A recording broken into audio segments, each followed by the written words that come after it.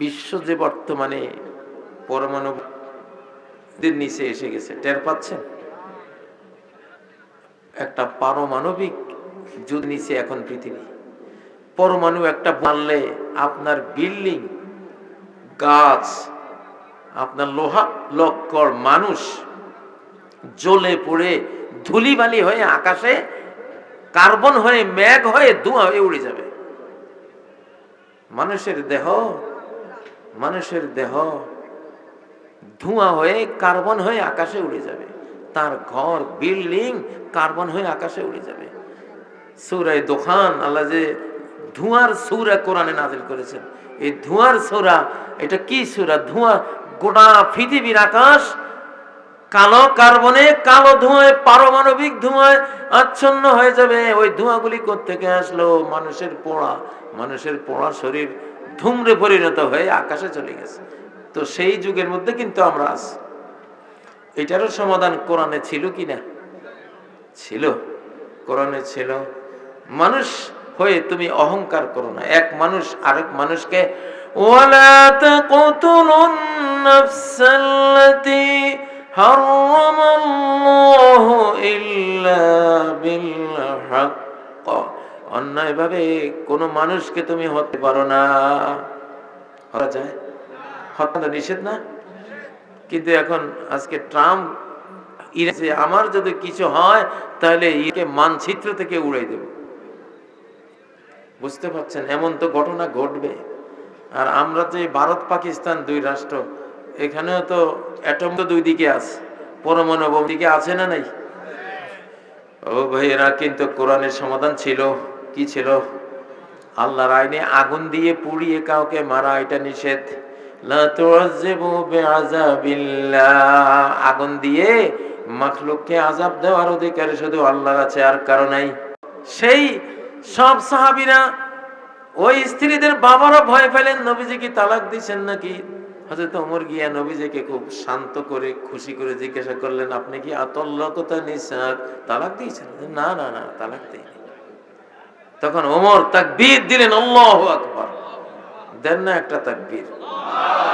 তাকবীর, তাকবীর।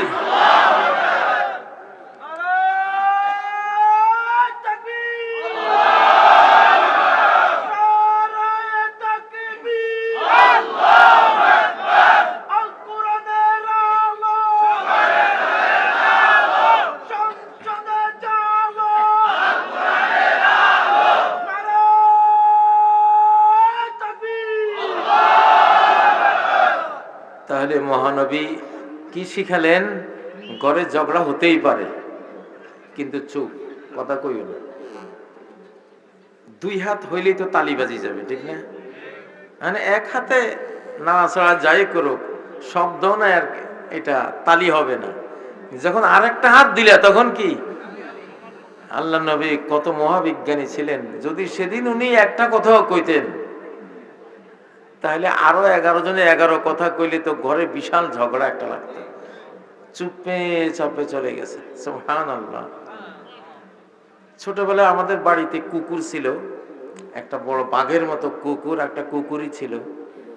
তো বাইরের কোনো কুকুর আসলে দেখতাম আমাদের বাইরের কুকুরটা বাঘের মতো হামলা করত। কিন্তু মাঝে মধ্যে আমি দেখতাম এই কুকুরটা বাঘের মতো হামলা করতে গিয়ে একেবারে বিড়ালের মতো হার্ট ব্রেক করে আসতে চলে আসতেছে। কি ব্যাপার? তুমি গেলা ঝগড়া করার জন্য এত হুঙ্কার ছাড়ি, তারপরে হার্ট ব্রেক করে দিয়ে ফেরত আসতেছে, ব্যাপারটা কি? পরে যাইয়ে দেখি যে ওইটা ফিমেল, মহিলা কুকুর। তার পুরুষত্বের এটা প্রেস্টিজের হ্যাম্পার যে আমি পুরুষ হইয়া না মহিলার সাথে ঝগড়া করবো। সি সি সি, এটা আল্লাহু আকবার।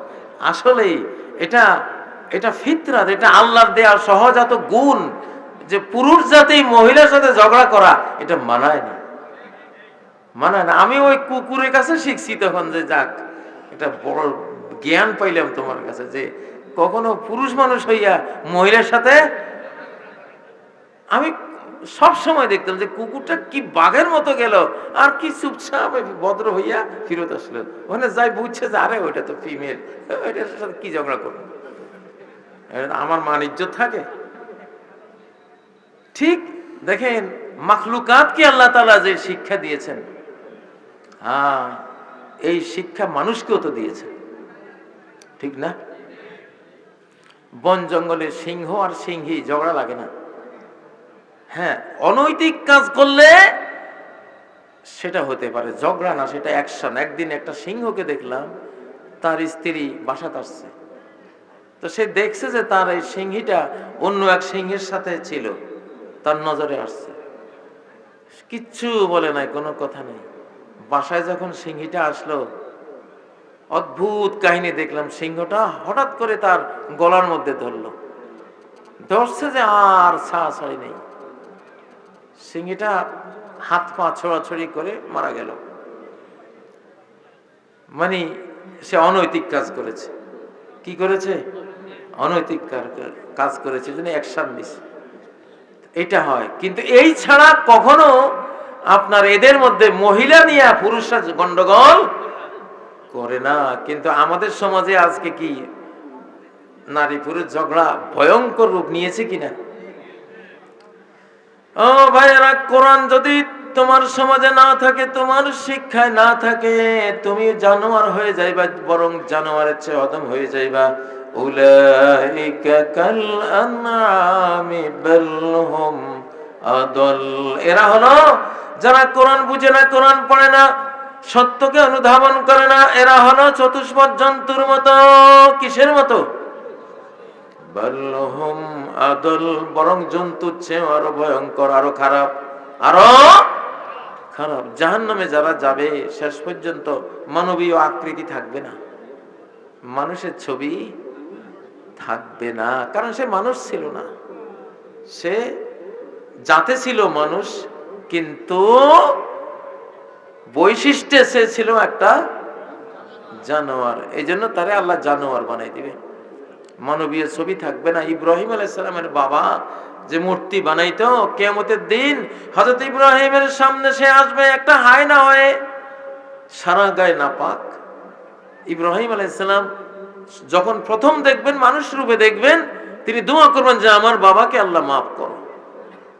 কিছুক্ষণ পরে আল্লাহ তাআলা তার আসল ছবিটা তারে দেখাবেন, যে একটা হায়না, সারা গায়ে তার পায়খানা লাগা।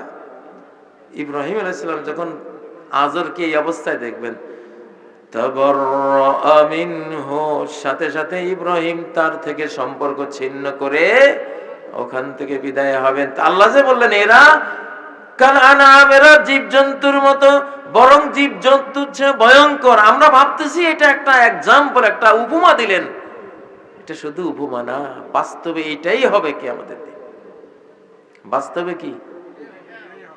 আল্লাহর কিছু ওলিরা মসজিদে গিয়া চোখের সামনে পর্দা লাগাইতেন। দিল্লির এমন একটা ঘটনা আছে, আল্লাহর একজন ওলি, সে চোখের সামনে মসজিদে ঢুকেই পর্দা লাগাই দিছে চোখের উপরে। তারপরে একজন জিজ্ঞাসা করলো, হুজুর আপনাকে প্রায় দেখি আপনি চোখের সামনে একটা পর্দা লাগাই দেন, তো হুজুর কি দিয়ে বুঝাবে? পরে ও চোখের সামনে ধরছে ওইটা, তোমার আমি কথা দিয়ে বুঝাইতে পারবো না, তো একটু চোখের সামনে। ওর জন্য আল্লাহ অ্যাকশন উল্টা করে দিছে। ওই পর্দাটা ওর চোখের সামনে ধরার পরে সে দেখতেছে মসজিদের সব শিয়াল, কুকুর, জীব জন্তু, অধিকাংশ মানুষের সংখ্যা খুবই নগণ্য। তো উলাইকা কাল আনআম, এইটা যে আল্লাহর কোনো কথাই শুধু রূপক হয় না, ওটা বাস্তব। ওটা কি? এটা বাস্তব। উলাইকা কাল আনআম, এরা হলো জীবজন্তুর মতো। আসলে জীবজন্তু মানবীয় আকার তার, যদিও এখন তোমরা দেখো, যদি অন্তর্দৃষ্টিতে দেখতা তাহলে দেখতা একটা কুকুর, একটা শিয়াল, একটা অন্য জীবজন্তু, ঠিক না? ও ভাইয়েরা, ইহুদিদের বিশাল এক গ্রুপকে আল্লাহ তাআলা বানর বানাইছিলেন না? ওরা যদিও মানব রূপে ছিল, কিন্তু আসলে ওদের গুণ ছিল কিসের? বানরের। জন্য আল্লাহ তাআলা কুনু কিরাদাতান খাসিইন, হও নিকৃষ্ট বানর। আমাদের এই যুগে অনেক বানর হয়ে যাবে। হয়তো দেখবেন কোন গানের মজলিসে বসে আছে, মদ, সুরা চলছে, মহিলা নাচতেছে, হয়তো হাজার মানুষ বসে কনসার্টের মধ্যে বসে ওইভাবে গান বাজনা, নায়িকা গায়িকা নাচাচ্ছে। সকাল বেলায় মানুষ এসে দেখবে কতগুলো বানর শুকুর বেরিয়ে যাচ্ছে, একটাও মানুষ নাই।